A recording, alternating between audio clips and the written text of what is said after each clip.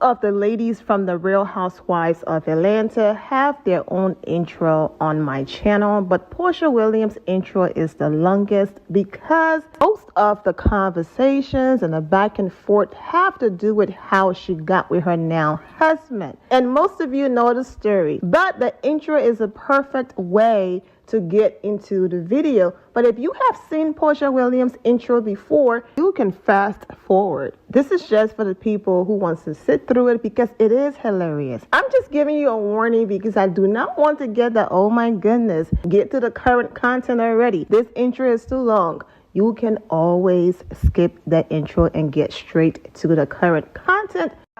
I just feel like, even though you may not be married, it's just some things are just common sense of how to behave around a married couple. Mm-hmm. And for me, I don't even like to stand and look someone's husband eye to eye and carry on more than a 3-minute conversation. Mm-hmm. So when we go to exchange telephone numbers, like I was telling somebody the other day, every type of communication that you have with this couple needs to go through the wife. And you should know that at some point in your life. And if you overstep that boundary, then your intentions were wrong from the beginning.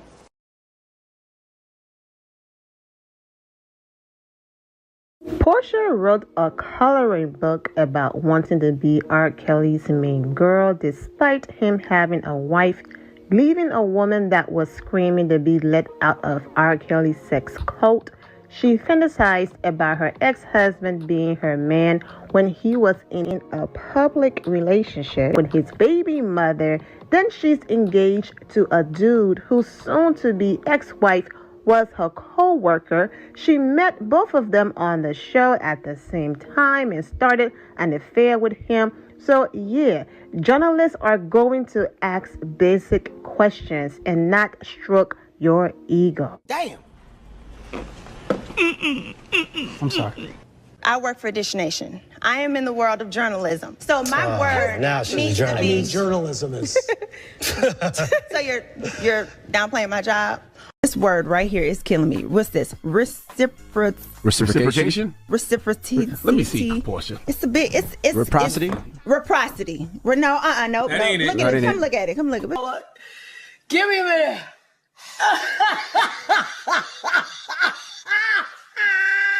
Reciprocity.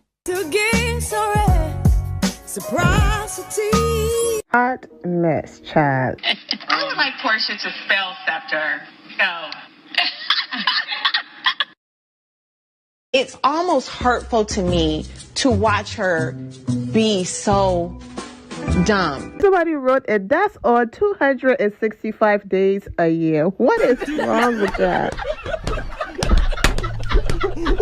Yo, shout the season, man. Who said that? Porsha Williams coming back to Real Housewives of Atlanta?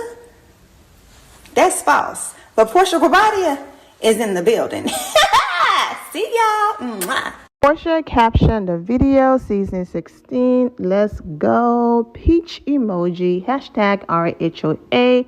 Are y'all ready, okay, with those emojis? Kenya Moore responded, come on, sweet 16. So I left a little bit of Porsha Williams' announcement in this video.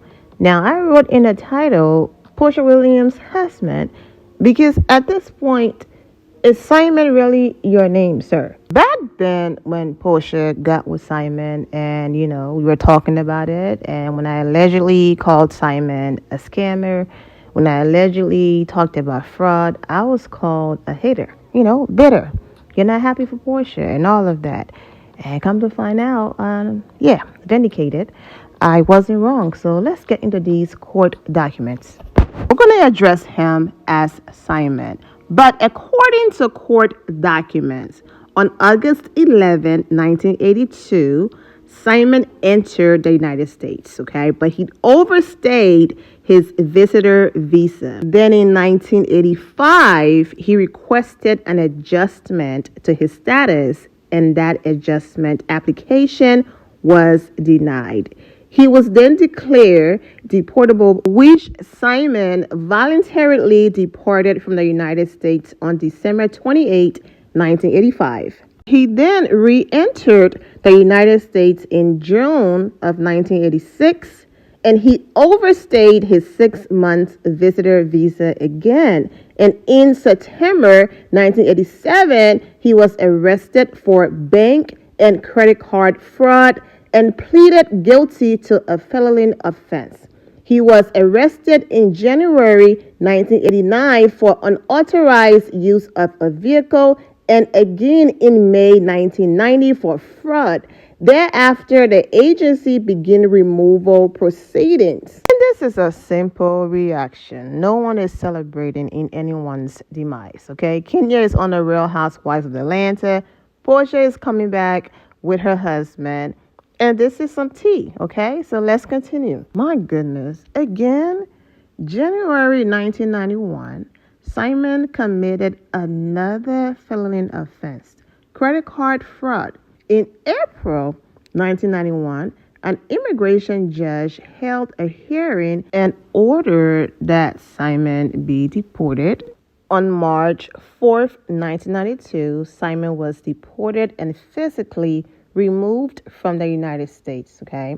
Before his March 1992 removal, however, on October 24th, 1988, Simon used a different identity to seek temporary resident status under the Special Agricultural Worker Program known as SAW. He also did not include his criminal history on the SAW application.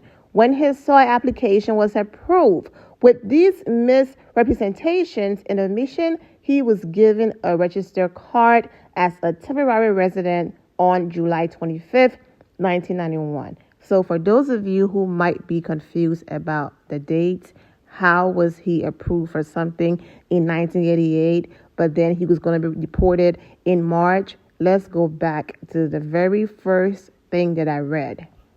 Simon entered the country in 1982, okay? Then he overstayed his visitor visa.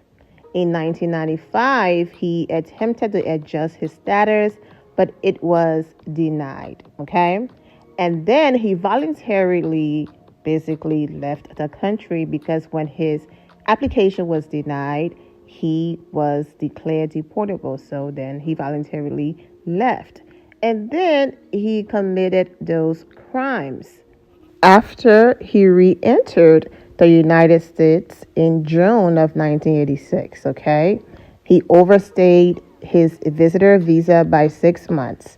And then in September 1987, he was arrested for bank and credit card fraud. He pleaded guilty to the felony offense, okay? And he was arrested again in January 1989, okay? So for those of you who are confused, when all of this was going on and his first time getting deported and all of that, when he came back and re-entered, that's when he filed under a fake name and got certain paperwork that he needed. But under his original name, he still had all of these crimes allegedly and all of these things going on. And the only reason why his documents were approved is because he provided fake information. So hopefully you follow me now.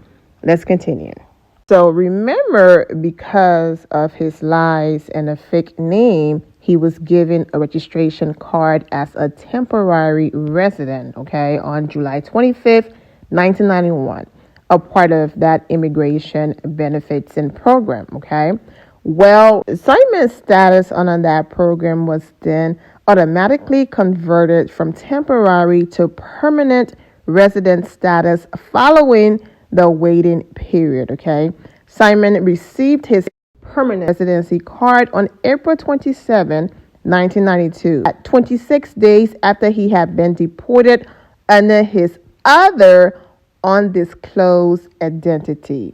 So for those of you who are looking for tea on Simon, well, if he's going by Simon, but his real name when he committed those crimes wasn't Simon, then that's why you couldn't find the mugshots, the tea, the paperwork, and all of that. And even in this document, they're listing undisclosed. So they're still not listing the name.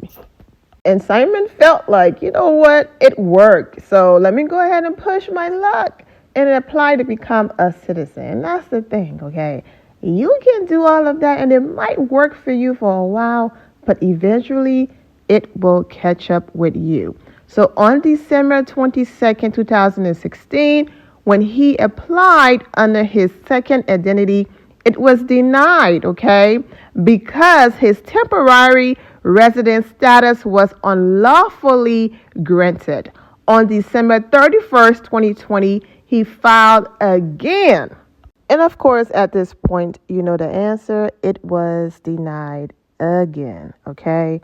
Simon last filing is listed March of 2023, less than a year ago, and yeah, a hot mess. So he rushed and got married to Porsha once again, who is another American citizen, in hopes maybe Porsha Williams, connections and things like that would help his status. But all of the lies and fraud and stealing allegedly and everything that he did to get the money that he now have allegedly, good luck to them. I normally focus on blessings. I don't use the word luck. But in this case, good luck. When news broke about Simon's criminal past, he posted these images with a location, good old USA. He captioned the post with lyrics from the song he was playing, and then he continued, "Happy Sunday." He then posted these images with the caption, "Happy Tuesday to all who ever overcame and persevered in life. You are winning." So Simon responded to some of the comments under that post. So let's get into that. This person wrote, "Your history is not your destiny," and he responded with a praying hand emoji. Simon liked this comment and also responded.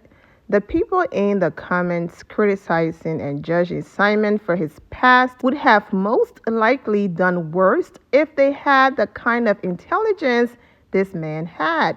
And besides, this was how many years ago again? Y'all leave this man alone. I don't support what he did, but will certainly never judge him for his past. He's clearly a kind, loving, wealthy husband to Porsha, and some of y'all just hating on him. Stop breaking down your own people and start building and supporting them.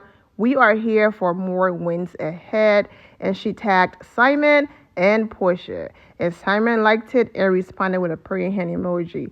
Basically agreeing that he did do those things. I mean, the paperwork is not fake. It's real. But it's always interesting how the goalpost gets moved.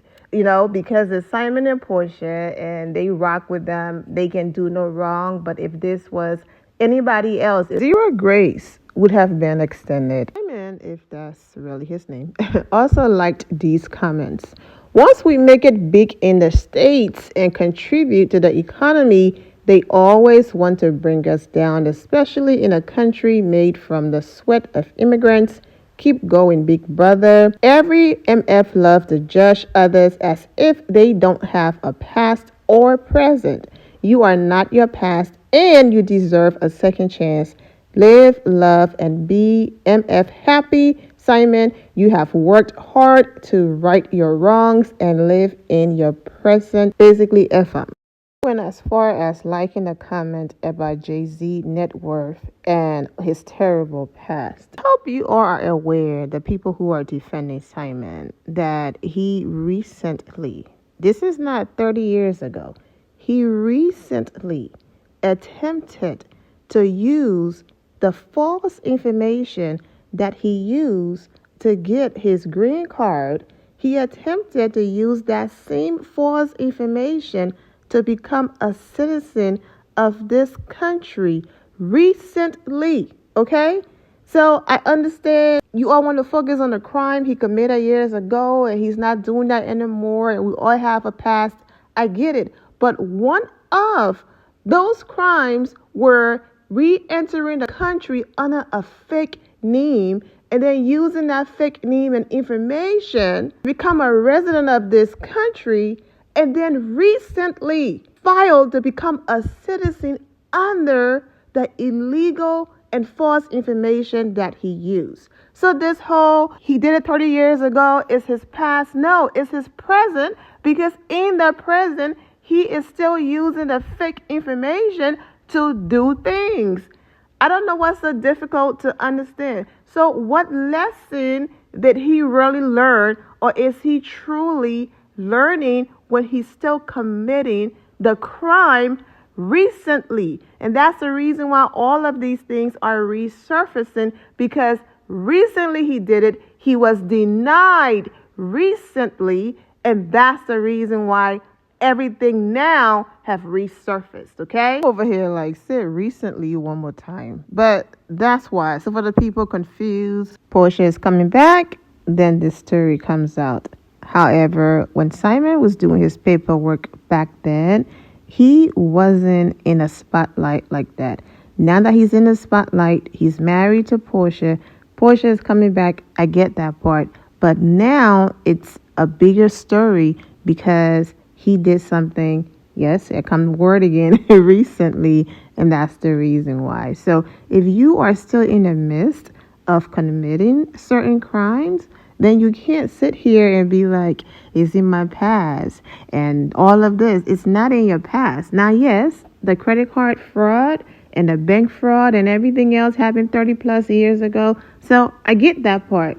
But the fake name and the illegal name and the getting your paperwork illegally, that's not in the past when you are still committing that right now. And that's why. However, everyone deserves grace, and hopefully Simon and his immigration attorney will figure it out and all of this will be resolved. But not holding people accountable is one of the many reasons why his wife goes through the same thing over and over again, because she's coddled. She's never held accountable. People make all of these excuses for her. And that's the reason why when she got her own show, she was still fighting, and there was no Kenya or no one else to blame, because when it's in you, it's in you. And when people hold you accountable, then maybe you might look in the mirror and say, you know what? Since I couldn't see it myself, I hear you, I see you, and I will do better. So when you constantly make excuses for people's bad behavior, then they will feel like, well, I'm not doing anything wrong, but you are. Regardless,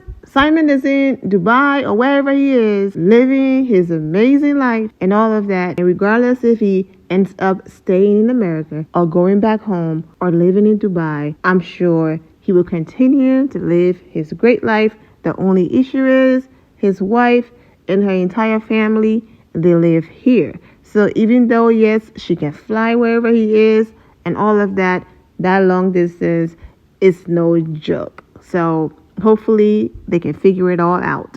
I could keep reading comments, but I'm going to end it here. I'm wishing all of you well and take care. My loves, thank you all for your love and support. If you're not subscribed to the channel, go ahead and subscribe to the channel. Go ahead and leave this video a thumbs up. Also turn on notifications so when I do post, you're aware that I posted. And I will see you all in the comment section. Remember to always have the God bless attitude, which is being positive at all times and seeing the good in every situation. Have a great day, guys. God bless.